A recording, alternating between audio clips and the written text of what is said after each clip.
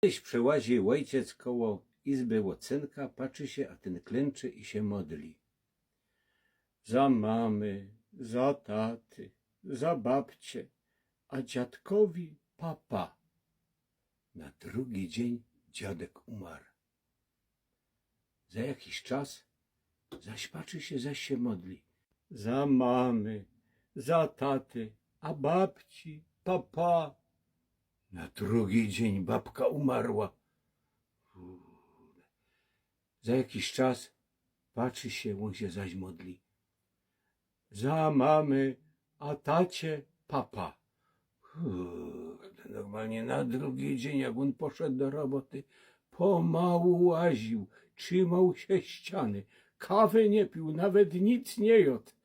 W końcu przyszedł z roboty do domu, a na progu zaraz mu jego baba go dowie. Wiesz, co się u nas dzisiaj stało?